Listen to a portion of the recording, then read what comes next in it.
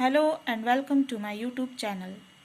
ये economics class 12th के students के लिए माइक्रो इकोनॉमिक्स का फर्स्ट चैप्टर है, व्यष्टि अर्थशास्त्र का परिचय, और इंग्लिश में इंट्रोडक्शन टू माइक्रो इकोनॉमिक्स। ठीक है, इस वीडियो में मैं आपको 5 इंपॉर्टेंट क्वेश्चन आंसर बताने वाली हूँ फर्स्ट चैप्टर व्यष्टि अर्थशास्त्र का परिचय का।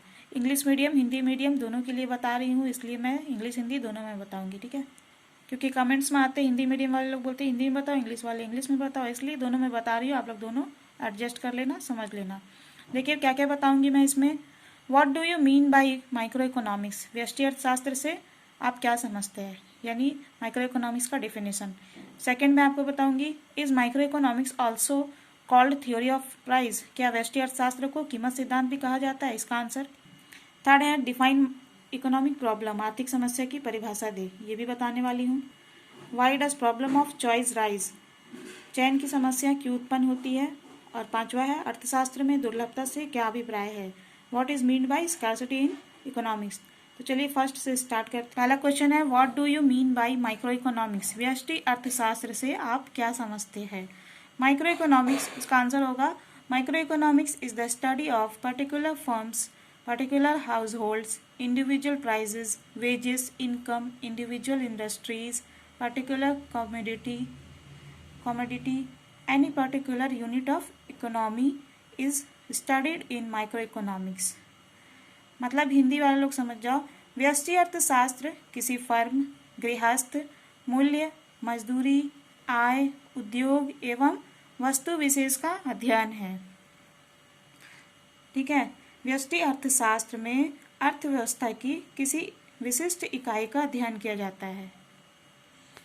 फॉर एग्जाम्पल किसी एक उपभोक्ता या उत्पादक या एक गृहस्थ के बारे में अध्ययन करना। ठीक है, अब देखो सेकंड क्वेश्चन क्या है, is micro economics also called theory of price, क्या व्यष्टि अर्थशास्त्र को कीमत सिद्धांत भी कहा जा सकता है। हाँ, माइक्रो इकोनॉमिक्स जो होता है व्यष्टि अर्थशास्त्र को कीमत सिद्धांत भी कहा जा सकता है। क्यों कहा जा सकता है मैं बताती हूँ आपको। क्योंकि हम लोग व्यष्टि अर्थशास्त्र में माइक्रो इकोनॉमिक्स में उत्पाद के कीमत निर्धारण का सिद्धांत का अध्ययन करते हैं, इसलिए इसे मूल्य सिद्धांत या कीमत सिद्धांत भी कहा जाता है। इंग्लिश में से बोलेंगे we study theory of product pricing in microeconomics, so it is also called theory of price. ठीक है, क्योंकि थ्योरी ऑफ प्रोडक्ट प्राइसिंग हम लोग इसमें पढ़ते हैं। थर्ड क्वेश्चन है डिफाइन इकोनॉमिक प्रॉब्लम, आर्थिक समस्या की परिभाषा दे, या what is mean by economic problem, आर्थिक समस्या से क्या अभिप्राय है। Problem of economy is related to choice, अर्थव्यवस्था की समस्या जो है चयन से जुड़ी होती है। डिफाइन इकोनॉमिक प्रॉब्लम, आर्थिक समस्या की परिभाषा दे, यानी आर्थिक समस्या क्या है ये आपको बताना है। ठीक है, या फिर what is meant by economic problem, आर्थिक समस्या से क्या अभिप्राय है। तो मैं आपको अच्छे से बता देती हूँ। इकोनॉमी में, एक अर्थव्यवस्था में लिमिटेड मीन्स होती है, यानी सीमित साधन होते हैं। ठीक है, अब ये सीमित साधन का वैकल्पिक प्रयोग होता है, अल्टरनेटिव यूजेस ऑफ मीन्स। अब इसमें से हमको चुनना पड़ता है कि क्या यूज करें। ठीक है, तो यहाँ पे चॉइस यानी चयन की समस्या उत्पन्न होती है। अब इस चयन की समस्या से क्या होता है, प्रायोरिटीज ऑफ वांट्स, आवश्यकताएं की प्राथमिकता हमें पता लगाना होता है। अब इसमें हमको क्या करना होगा, बेस्ट चॉइस ऑफ प्रायोरिटीज, प्राथमिकता की जो सबसे सर्वश्रेष्ठ चयन होगा वो करना पड़ेगा। ठीक है, अब इसमें क्या प्रॉब्लम उत्पन्न होता है, difference in priorities of wants, आवश्यकताओं की प्राथमिकता में विभिन्नता होती है और हमारी आवश्यकताएं अनंत होती है, इन्फिनिटी वांट्स। ठीक है, ह्यूमन की इन्फिनिटी वांट्स होती है। अब इसे एक एग्जाम्पल से समझाते हैं, आपको नहीं समझ में आया होगा तो। मान लीजिए एक कंज्यूमर है। ठीक है, वो कंज्यूमर एक स्टूडेंट है। ठीक है, उसके पास 1000 रुपये है, 1000 रुपीज़।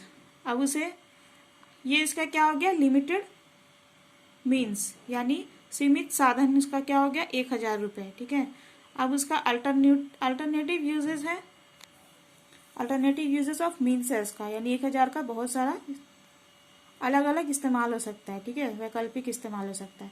मान लीजिए उसे बुक लेना है, जीन्स लेना है, या अपने फ्रेंड के लिए बर्थडे गिफ्ट लेना है, या उसे मूवी जाना है। ठीक है, तो अब उसको क्या करना होगा, 1000 में इतना सारा काम तो नहीं होगा, तो उसको अब क्या करना होगा, चॉइस करना होगा, यानी चयन करना होगा कि इनमें से वो क्या करे। ठीक है, तो इसकी प्रायोरिटी ऑफ वांट्स, आवश्यकताओं की प्राथमिकता उसे समझनी होगी कि इसको क्या ज़्यादा जरूरी है। ठीक है, उसके बाद आपको उसको क्या करना होगा, बेस्ट चॉइस प्रायोरिटीज, प्राथमिकताओं का सर्वश्रेष्ठ चयन करना पड़ेगा कि सबसे ज़्यादा प्रायोरिटी इसके लिए क्या है। ठीक है, अब देखिए हर किसी का अलग अलग प्रायोरिटी होता है। Difference in priority of wants, आवश्यकताओं की प्राथमिकता में विभिन्नता पाई जाती है। ठीक है, अब ये आवश्यकताएं अनंत होती है, इन्फिनिटी वांट्स। तो मान लीजिए अगर कोई स्टूडेंट है जो बुक खरीदना चाहता है, ठीक है, और बर्थडे गिफ्ट लेना चाहता है अपने फ्रेंड के लिए, तो उसे ये सारी चीज़ छोड़ना पड़ेगा, जीन्स, मूवी, ये सब चीज़ छोड़ना पड़ेगा। तो ये हो गया उसका प्रियोरिटी, बुक और बर्थडे गिफ्ट इसका प्रियोरिटी हो गया। तो प्रियोरिटी के हिसाब से उसने चुन लिया। ठीक है, तो इस प्रकार आर्थिक समस्या हमें होती है, यानी कि आर्थिक समस्या क्या है, चयन की समस्या, प्रॉब्लम ऑफ चॉइस। अभी आप इसे आंसर ऐसे कर सकते हैं कि लिमिटेड रिसोर्स होते हैं, ठीक है, जिसके अल्टरनेटिव यूजेस होते हैं, वैकल्पिक प्रयोग होते हैं, इसीलिए हमें चयन की समस्या होती है, क्योंकि सीमित साधनों से, लिमिटेड मीन्स से हमें वैकल्पिक प्रयोग होता है, अल्टरनेटिव यूज होता है। चयन की समस्या क्यों उत्पन्न होती है, why does problem of choice arise, और what is the main causes of the origin of economic problem, आर्थिक समस्या उत्पन्न होने के मुख्य कारण क्या है। अब इसको पॉइंट टू पॉइंट आंसर करना, लॉन्ग आंसर में आपका आता ही है। ठीक है, आर्थिक समस्या उत्पन्न होने का कारण है लिमिटेड मीन्स, क्योंकि इकोनॉमी में लिमिटेड मीन्स होते हैं, सीमित साधन होते हैं अर्थव्यवस्था में। ठीक है, मीन्स क्या होते हैं, साधन जिससे कि प्रोडक्शन किया जाता है, उत्पादन किया जाता है, जिनकी सहायता से, जिनके उपयोग से। तो ये मीन्स हो सकते हैं, क्या क्या है, भूमि, पूंजी, श्रम, साहस, यानी land, capital, labour and enterprise. ठीक है, प्रॉब्लम ऑफ चॉइस, चयन की समस्या उत्पन्न होने का दूसरा कारण है अल्टरनेटिव यूजेज ऑफ मीन्स, साधनों का वैकल्पिक प्रयोग होता है, जैसे कि मैंने आपको एग्जाम्पल में समझाया था। ठीक है, थर्ड रीजन है आपका चयन की समस्या उत्पन्न होने का, इन्फिनिटी वांट्स, हमारी आवश्यकताएं असीमित होती है। और चौथा है आपका रीजन आवश्यकताओं की प्राथमिकताएं, माने प्रियोरिटीज ऑफ वांट्स, हर किसी की प्रियोरिटी अलग अलग होती है। ये वेरी वेरी इंपॉर्टेंट क्वेश्चन है, देख लेना, प्रीवियस ईयर के क्वेश्चन में बहुत आता है ये। What is mean bye scarcity in economics, अर्थशास्त्र में दुर्लभता से क्या अभिप्राय है। इसको आंसर करना है आपको। If demand is more than supply in an economy is called scarcity, यानी अगर किसी अर्थव्यवस्था में, इकोनॉमी में मांग पूर्ति से अधिक हो तो इसे दुर्लभता कहा जाता है। ठीक है, demand is more than supply of, जैसे किसी वस्तु का किसी अर्थव्यवस्था में मांग पूर्ति से अधिक हो, किसी कमोडिटी का किसी इकोनॉमी में डिमांड सप्लाई से ज़्यादा हो, तो इसे स्कार्सिटी इन इकोनॉमी, अर्थशास्त्र में दुर्लभता कहते हैं। According to professor Robbins, choice is the main problem of scarcity. Professor Robbins के अनुसार